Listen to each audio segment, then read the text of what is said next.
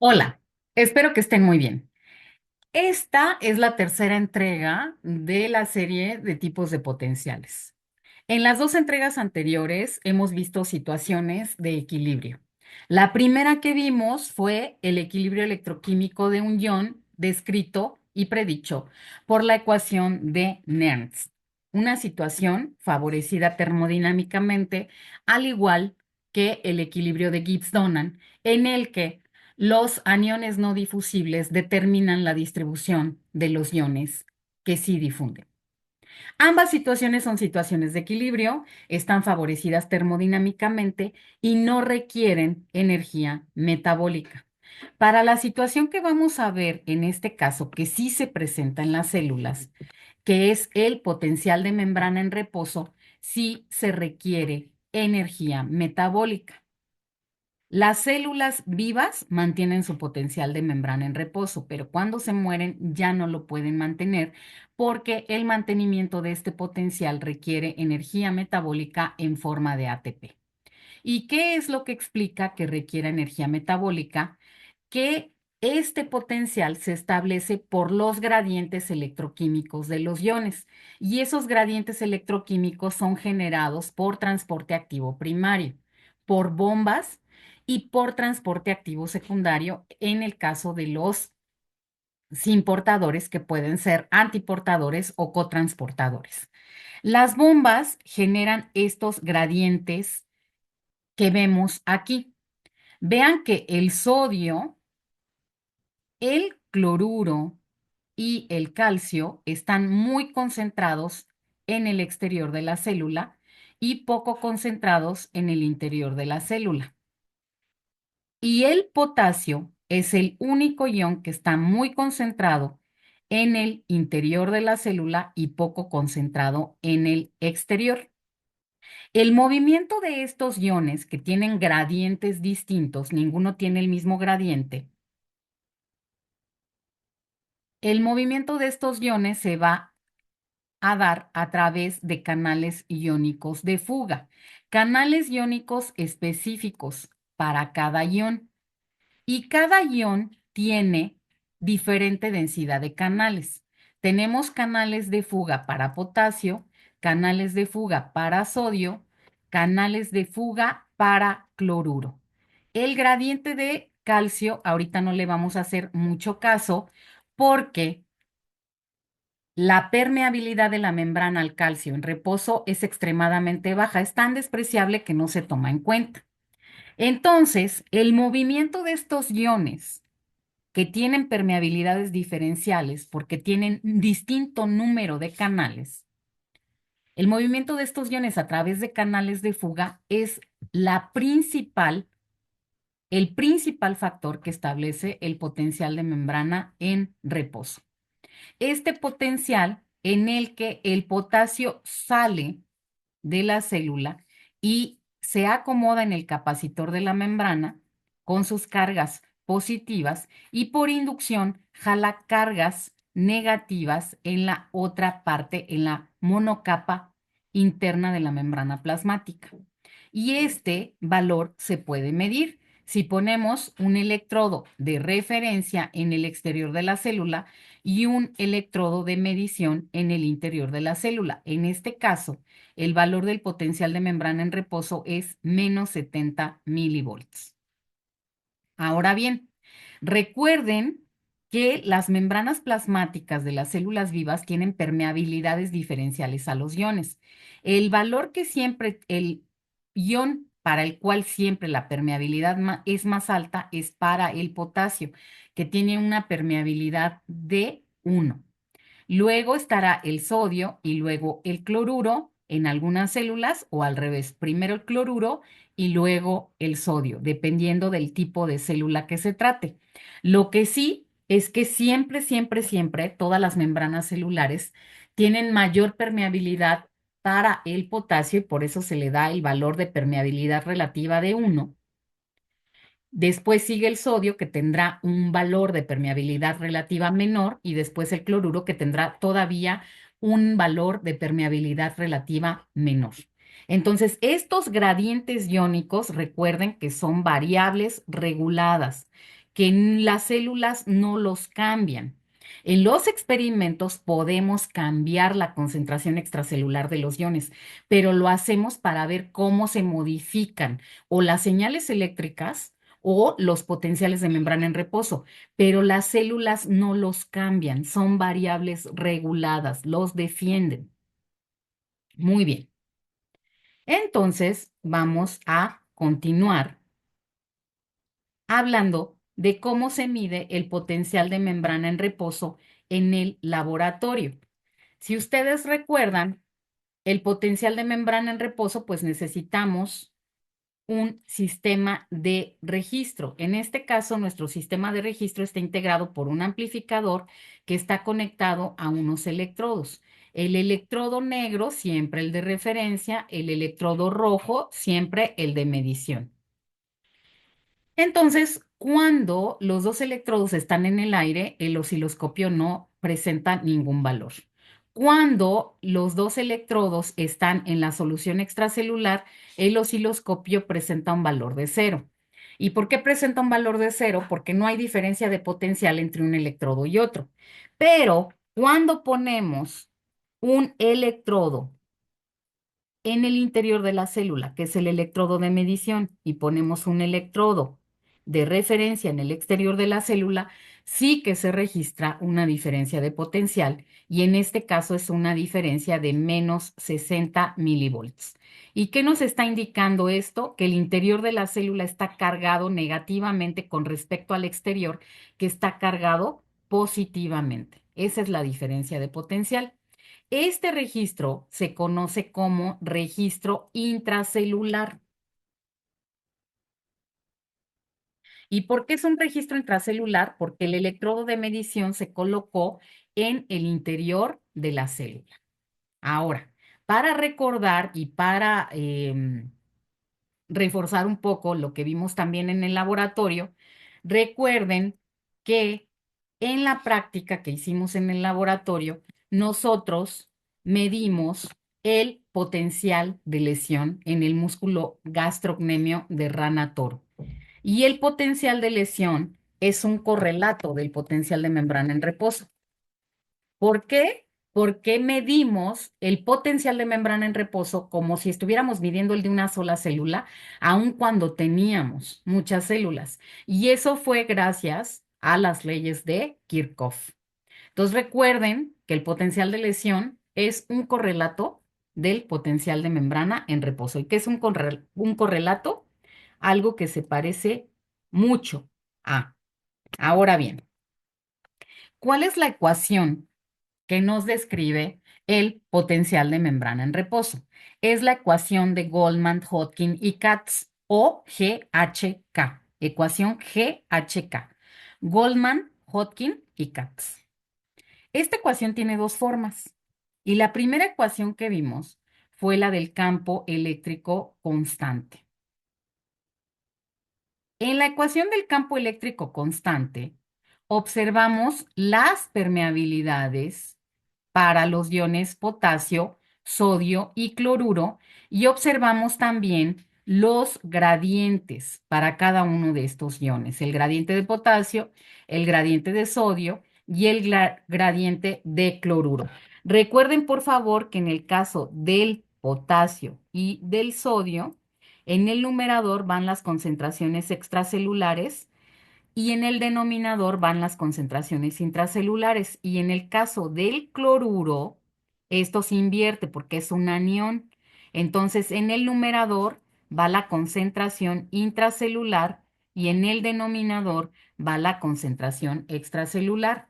Recuerden igualmente que estos 58 milivolts, logaritmo en base 10, surgieron de sustituir el factor RTF logaritmo natural. Entonces, lo que nosotros hicimos fue quitar el logaritmo natural multiplicando por el factor 2.303 y ya lo tenemos en logaritmo en base 10. Tenemos estos valores de 58 milivolts y de 51 milivolts y este 58 se utiliza para organismos ectotermos como los anfibios y los reptiles, y el 61 se utiliza para organismos endotermos, como las aves y los mamíferos. Para establecer la segunda forma de la ecuación de Goldman-Hutton y Katz, perdón, para establecer la segunda forma, tuvimos que explicar varias cosas que vemos en la siguiente diapositiva.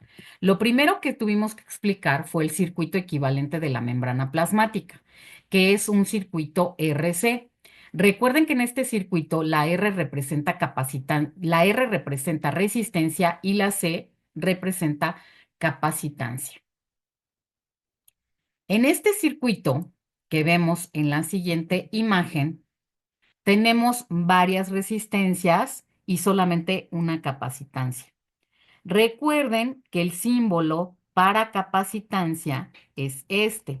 Dos placas conductoras paralelas del mismo tamaño, separadas por un material aislante que es un dieléctrico. Aquí observamos la capacitancia de la membrana, que está representada por la bicapa de lípidos. Luego, el símbolo para la resistencia es este que estoy pintando a la derecha. Tenemos una resistencia externa dada por la resistencia que ofrece el líquido extracelular al flujo de carga. Esta resistencia es tan pequeña que es despreciable y definitivamente no la vamos a considerar. Tenemos la resistencia transmembranal. La resistencia transmembranal está representada por la densidad de canales iónicos, en este caso de fuga. Y finalmente, la resistencia interna, que es la resistencia que ofrece el líquido intracelular al flujo de carga. Y esta resistencia depende del diámetro del axón. A mayor diámetro del axón, menor resistencia interna. A menor diámetro del axón, mayor resistencia interna. Bueno, pues las propiedades que acabamos de enunciar, la resistencia y la capacitancia, se conocen como propiedades pasivas de la membrana plasmática y son propiedades que permiten la generación de señales eléctricas que vamos a ver más adelante. Esas señales se conocen como potenciales electrotónicos. De momento nos vamos a quedar hasta aquí. Como ya tenemos resistencia, ya tenemos capacitancia y ya sabemos que cuando los iones fluyen a través de una membrana generan una corriente y que se establece un potencial de membrana en reposo en la membrana plasmática, pues ya tenemos muchos elementos que nos recuerdan a la ley de Ohm. Y la ley de Ohm establece que la corriente es igual al voltaje entre la resistencia, que es lo que observamos aquí. Ahora, ¿qué es la corriente?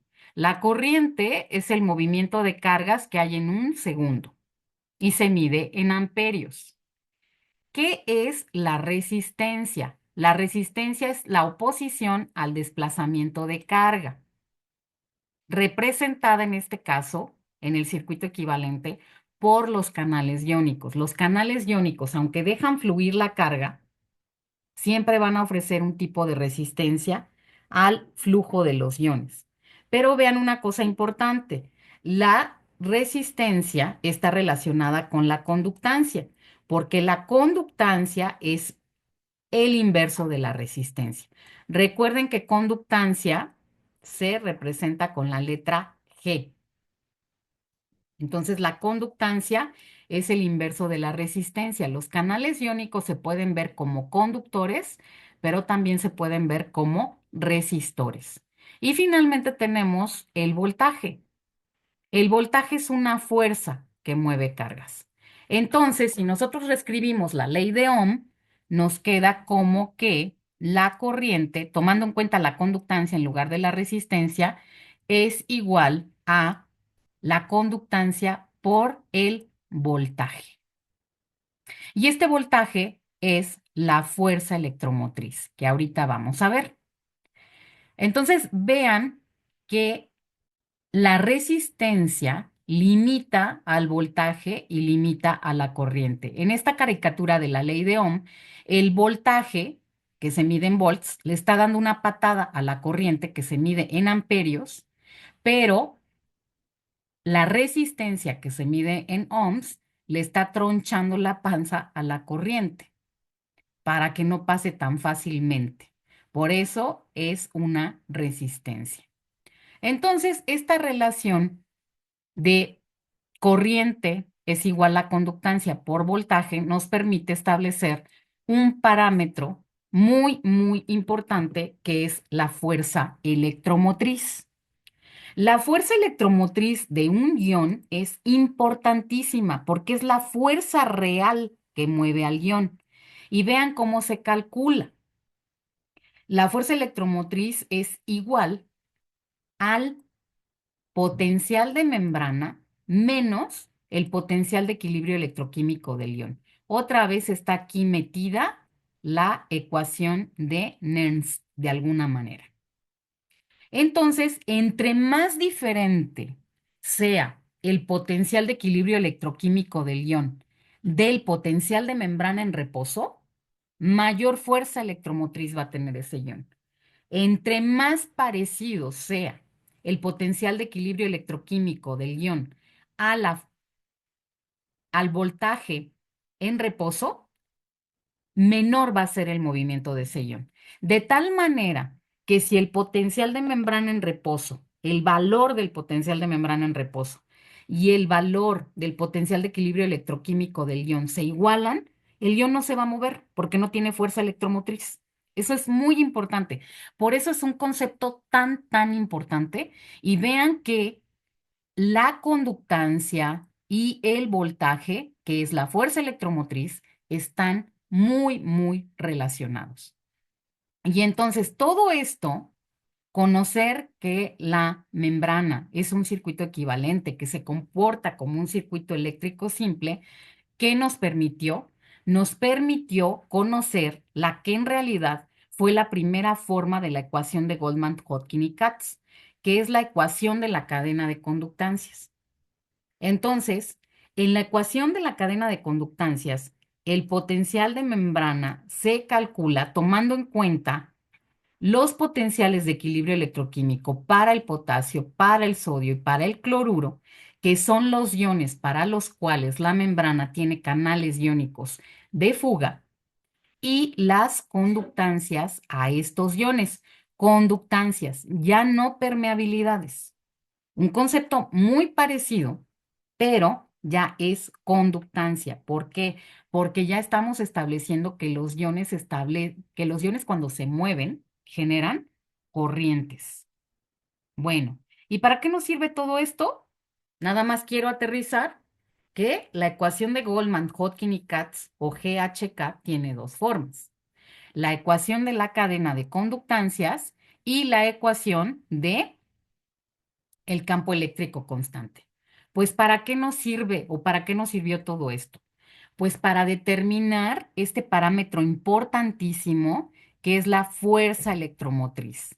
Y la fuerza electromotriz, también conocida como fuerza electroquímica, es la fuerza que impulsa el movimiento de los iones a través de la membrana plasmática. Por lo tanto, tiene una gran influencia sobre el flujo de los iones a través de los canales iónicos, porque determina la intensidad del flujo iónico. Eso es muy, muy importante. La fuerza electromotriz es un concepto indispensable. Además, ¿para qué nos sirve estudiar el potencial de membrana en reposo? Pues nos sirve porque es fundamental, es una variable regulada. El potencial de membrana en reposo es una variable regulada porque cuando se establece no hay corrientes netas a través de la membrana. Unos iones fluyen en una dirección, otros iones fluyen en otra dirección y generan distintas corrientes. Y si sumamos esas corrientes, nos va a dar igual a cero. Es un estado estable. Entran y salen iones a través de la membrana, pero no nos generan ninguna corriente neta al final de los finales. Por eso se llama potencial de membrana en reposo. Y este potencial es fundamental para entender cómo las células mantienen su estabilidad eléctrica. ¿Por qué le llamamos estabilidad eléctrica? Porque el potencial de membrana en reposo es una variable regulada, está en estado estable. Y esto nos permite entender cómo se preparan para responder a estímulos. Y los estímulos van a generar, cuando ocasionen cambios en el potencial de membrana, las señales eléctricas, los potenciales electrotónicos y los potenciales de acción. O sea, las señales eléctricas pasivas y las señales eléctricas activas. Por eso estudiar el potencial de membrana en reposo es indispensable. Y finalmente, ¿cómo es que se establece este potencial? Se establece por tres factores. Es el resultado de tres cosas muy importantes. Una, que ya las hemos visto todas a lo largo de este video, la interacción de los gradientes de concentración iónicos con la permeabilidad diferencial de la membrana a los iones. Este es el factor número uno y es el factor más importante. Los iones no se mueven de la misma manera porque tienen gradientes iónicos diferentes y además tiene la membrana permeabilidades diferentes para ellos. Se establece un equilibrio de Gibbs-Dunham parcial. ¿Por qué es parcial? Porque no es una situación de equilibrio en realidad, nada más en el sentido de que los aniones no difusibles, que son los proteinatos, los sulfatos y los fosfatos en las células, estos aniones no difusibles limitan el movimiento de los iones que sí difunden. Y que este sería el segundo factor. Y finalmente tenemos la actividad de las bombas iónicas, en este caso la bomba de sodio-potasio, que ya sabemos que es electrogénica, porque esta bomba saca 3 iones sodio y mete 2 iones potasio. Y con el solo hecho de que saque 3 cargas positivas y meta 2 cargas negativas, ya genera un voltaje que sería negativo en el interior de la célula y positivo en el exterior. Y eso es el resumen del potencial de membrana en reposo. En la siguiente entrega de esta serie, veremos cómo se generan los potenciales electrotónicos, abreviados como PE o señales eléctricas pasivas. Muchas gracias por su atención